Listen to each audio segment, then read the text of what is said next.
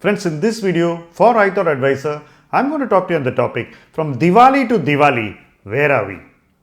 Since last Diwali to this Diwali, we have had a lot of exciting times in the world of investing. The debate has been whether we should invest in equity or in debt. Is gold really a sensible asset class, or should we try silver? Is investing in the US market a good idea? Should we even try China? Is it time to abandon Bitcoin? The questions have been many. The choices are plenty, and all of us are always trying to run in our minds. Which is the best way to invest? Where should we put our money next? And this thought process leads to constant churn in our minds. From last Diwali to now, the Sensex has done very little. It's in fact marginally down. 59,107 is the closing Sensex that I just saw, while last Diwali it was 60,138. A very small down, maybe 2%.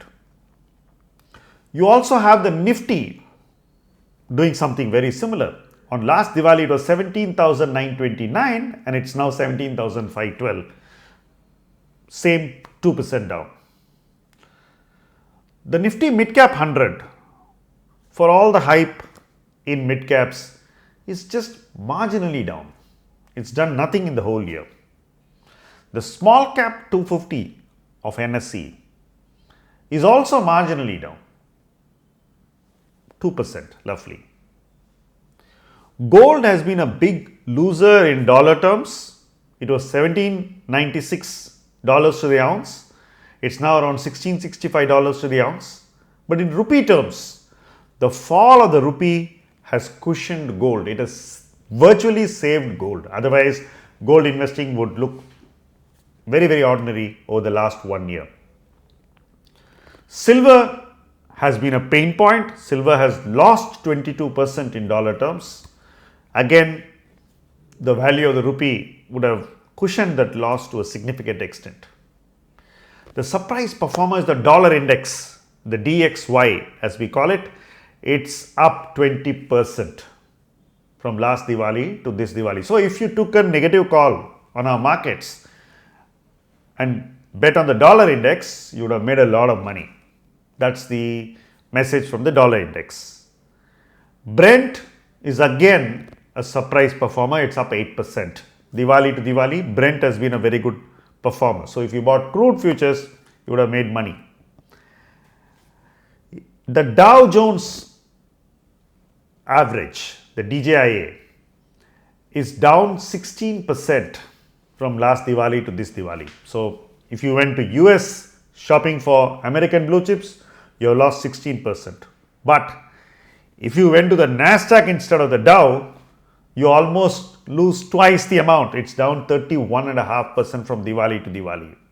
So overall, when you look at various options, it's either been neutral or it's been a bloodbath. The dollar indices are the stellar performer because I think money went back to the US markets from all over the world. The dollar strengthened and you have a very clear verdict on the best performing investment option over the last 1 year. Which brings us to the question, what should you do for the next 1 year? Prediction is a mug's game. If you ask me to predict this outcome last year, probably I may not have got everything right. I might have got a few things right. From here, what should be your prediction? Again, you have a scenario of rising interest rates, which means that as interest rates go up in the US, money will continue to flow back to the US. And at some point, this should reverse and EM flows should start again gaining momentum. Honestly, I would have thought this should have happened much earlier, but it's going to take much longer. Will it happen between today and the next Diwali? Nobody knows. But as and when the flows reverse and the dollar index takes a U-turn, from that point we will see our markets receive significant inflows, and we will see both domestic and foreign flows unidirectional, and you will see our markets in a much stronger place. So the last 1 year has seen money being pumped into the stock market by domestic investors and money being taken out of the stock market by FIIs. So one side supported the market, other side tried to take the market down. The markets did nothing. You're almost at the same place. Now, a lot of people thought that making money is very easy in the stock market, seeing 2020, 2021. But the next year, 21 to 22, has not been easy, and probably the coming year, from the current Diwali to the next one, will see similar volatility, more confusion, greater chaos, and yet take us to a better place. That possibility is very much there. It all depends upon how inflation cools down, how the threat of rising interest rates in India subsides or at least tops out, and how profitability once again begins to grow. If your profitability begins to grow, then the profit pool of the Nifty 50 will grow once again. It's not grown in a while. We are still somewhere near the 2019 levels. We need to again go up. While we have all these very aggressive projections of Nifty EPS, they need to see the light of the day. And only when you see the actual numbers, the market will gain more confidence. So the coming quarters should see inflation becoming softer, and we need to get the confidence that the rising interest rate cycle may not last for too long, and you will see a reversal in interest rates or at least a plateau. And global macros must also be seen to be getting fixed.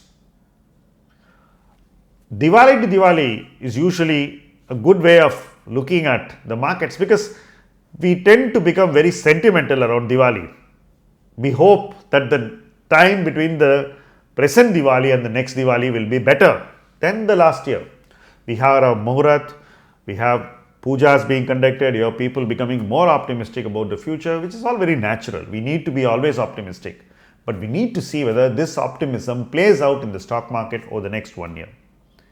Whether that optimism plays out or not over the next 1 year, I would be positive over the longer term, because a lot of our macroeconomic problems, the problems that plague the banking system, are all more or less behind. And when the economy grows, I believe that that should translate directly into corporate profitability, and the Nifty profit pool should once again begin to grow. We should see a Nifty EPS in 4 digits sometime in the next few years. As and when that visibility is seen by the market, we will see the Nifty once again rally upward.